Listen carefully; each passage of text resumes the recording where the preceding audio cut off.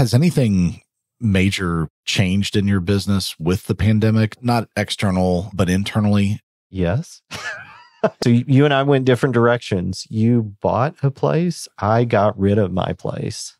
So we are totally 100% virtual. We have no physical offices. We do have a relationship with my old landlord. I can get a conference room on demand, probably get a cubicle on demand if I wanted to. There's a number of WeWork type places in Waco that I can engage as well.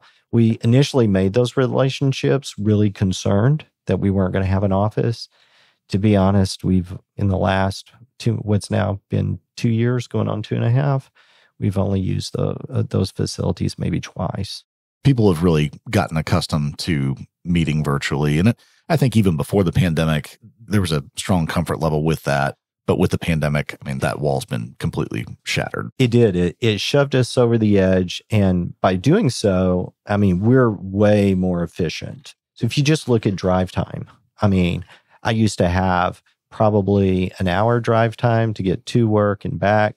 Lunch probably ate up an extra, 30 minutes or so, going to lunch someplace and coming back.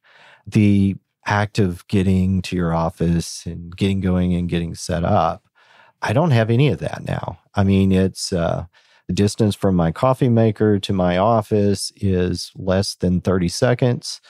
I'm more effective at cutting off the day now at 5 because I've worked a hard 8. That's interesting. Yeah. That's really interesting. So working from home for me, it's actually significantly harder for me to cut it off.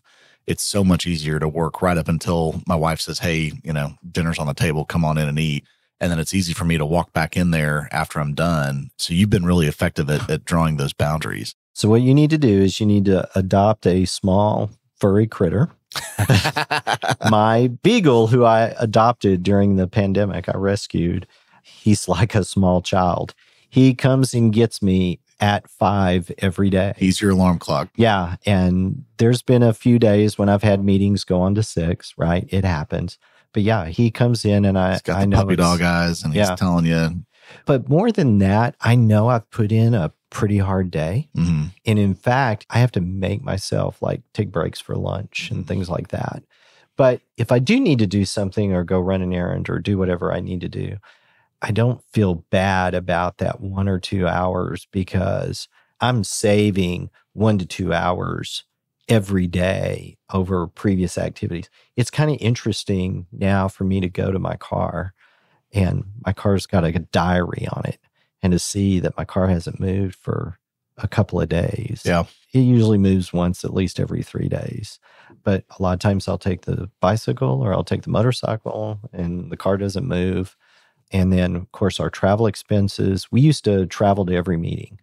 So being in Waco, I could be in Dallas in an hour and a half. I could be in Austin in an hour and a half. I could be in San Antonio or Corpus a couple hours longer. In the plane, I can be in Corpus in 2 hours.